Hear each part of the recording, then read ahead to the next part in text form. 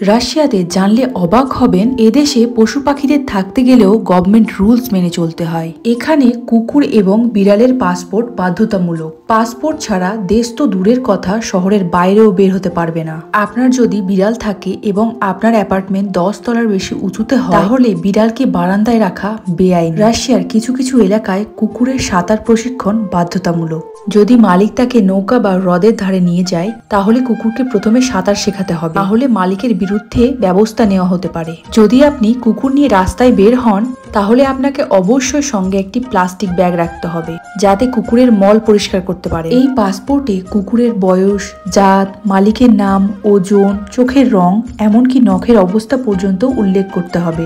ভারতে কেউ কুকুর বিক্রি বা উপহার দিলে সাধারণত কোনো কাগজ লাগে না, কিন্তু রাশিয়ায় কুকুরের মালিক পরিবর্তন হলে পাসপোর্ট আপডেট করাতে হয়। নতুন মালিকের নাম ও ঠিকানা সরকারি কাগজে লিখতে হয়, না হলে নতুন মালিককে বৈধ মালিক মনে করা হবে না। এই তো বাড়ির জন্য অনেক কিছু বাজার করতে হবে, তাই আমরা চলে এসেছি। আর জানেন, রাশিয়ার কুকুর যদি মালিকের সঙ্গে বিদেশে যায়, তাহলে শুধু পাসপোর্ট থাকলেই হবে না, কুকুরের জন্য বিশেষ ভিসাও লাগবে। এটি মূলত একটি স্বাস্থ্য ও নিরাপত্তা অনুমতি, যা নিশ্চিত করে যে কুকুরটি রোগমুক্ত এবং অন্য দেশে প্রবেশের জন্য উপযুক্ত। এখান থেকে আমরা 2 কিলো মাংস নিলাম, যার দাম প্রতি কিলো 850 টাকা, যা ইন্ডিয়ান মানিতে 1800 টাকার কাছাকাছি।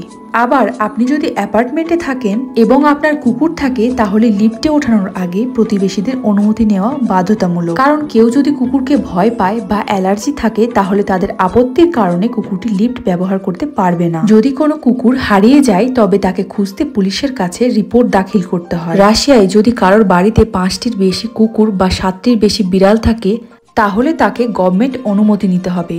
এবার আপনারা ভাবতেই পারেন, এত প্রাণী কে বাড়িতে রাখবে? রাশিয়াতে এত বেশি পরিমাণে অ্যানিমাল লাভার আছে যে আমরা ভারতীয় হিসেবে সেটা কল্পনাও করতে পারি না। একটি মানুষের পেছনে আমরা যা ব্যয় করে থাকি, এরা সেটি অ্যানিমালদের পেছনে করে থাকে। এই তো আমরা প্রায় বাড়ির কাছাকাছি চলে এসেছি। এই দেখুন আমরা কতগুলো বাজার করেছি। এখানে 5 কিলো চিকেনের বিভিন্ন রকমের পার্টস রয়েছে। কিলো প্রতি চিকেনের দাম 480 রুবেল, যা ভারতীয় টাকায় 2250 টাকা হয়। এইখানে চিকেনের বিভিন্ন পার্টসের দাম বিভিন্ন রকম। আজকে আমরা বানাবো পোলাও এবং চিকেন কষা। আমাদের বাজার করতে করতে প্রায় বিকেল 7টা বেজে গেছে। গরুর মাংসের দাম নিয়েছে ওই প্রায় 1800 টাকা, আর ডিম পার পিস 13 টাকা। এখানে 2 ধরনের আপেল নিয়েছি, এটির দাম ভারতীয় টাকায় প্রায় 1000 টাকা। 2 লিটার গরুর দুধ। এখানে পেঁয়াজ 50 টাকা কিলো। টমেটোর দাম ওই প্রায় 220 টাকা। আর এইখানে দেখুন সেই মটর পেয়েছি, কিন্তু বানাতে তো অনেক টাইম লাগবে, তাই আমরা ভাবলাম কেননা স্যান্ডউইচ বানানো যাক। স্যান্ডউইচ খেয়ে আমরা দুজন কাজে লেগে পড়েছি। এই যে পোলাওয়ের চাল ঘিয়ে ভাজা হচ্ছে এবং জলটাও রেডি করে দেওয়া হয়েছে। আর আমরা এখানে দেখলাম যে এরা গাজর দিয়ে পোলাও খাচ্ছে। আমরাও ভাবলাম যে কেননা আমরাও বানাই। চাল ঘিয়ে ভাজা কমপ্লিট হয়ে গেছে, এইবার আমরা গাজর এবং কাজু বাদাম দিয়ে দেব। এগুলো একটু আগে আমরা ঘি ভেজে নিয়েছি। আমরা এইসব রাজকীয় রান্নায় ঘিটা একটু বেশিই দিই। এই দেখুন আমাদের পোলাও রান্না কমপ্লিট হয়ে গেছে, দেখুন কত সুন্দর দেখতে হয়েছে। এইবার আমরা চিকেন কষা রান্না করব। চলুন, চিকেনে আমরা রসুন দিয়ে খেতে খুব পছন্দ করি। চিকেনটাও প্রায় হয়ে এসেছে।